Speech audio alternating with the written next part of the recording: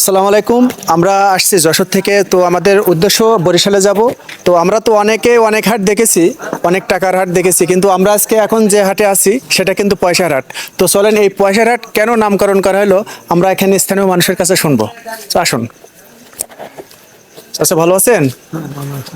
এই বাজারটার নাম পয়সার হাট। পয়সার হাট। এই পয়সার হাট সম্পর্কে কিছু বলবেন, কেন এই পয়সার হাট হলো?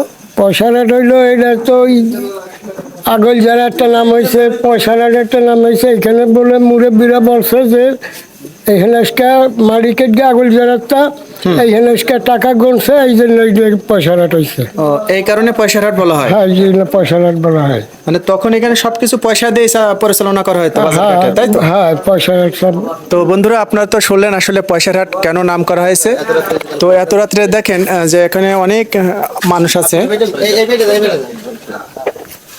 পিলার আসছে এই পাশটা। ভালো আছেন? জি ভালো আছে। তো এই পয়সার হাট সম্পর্কে আপনি একটু বলবেন।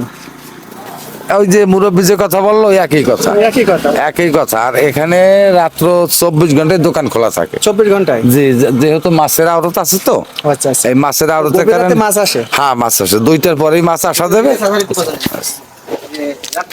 চাচা, ভালো আছেন?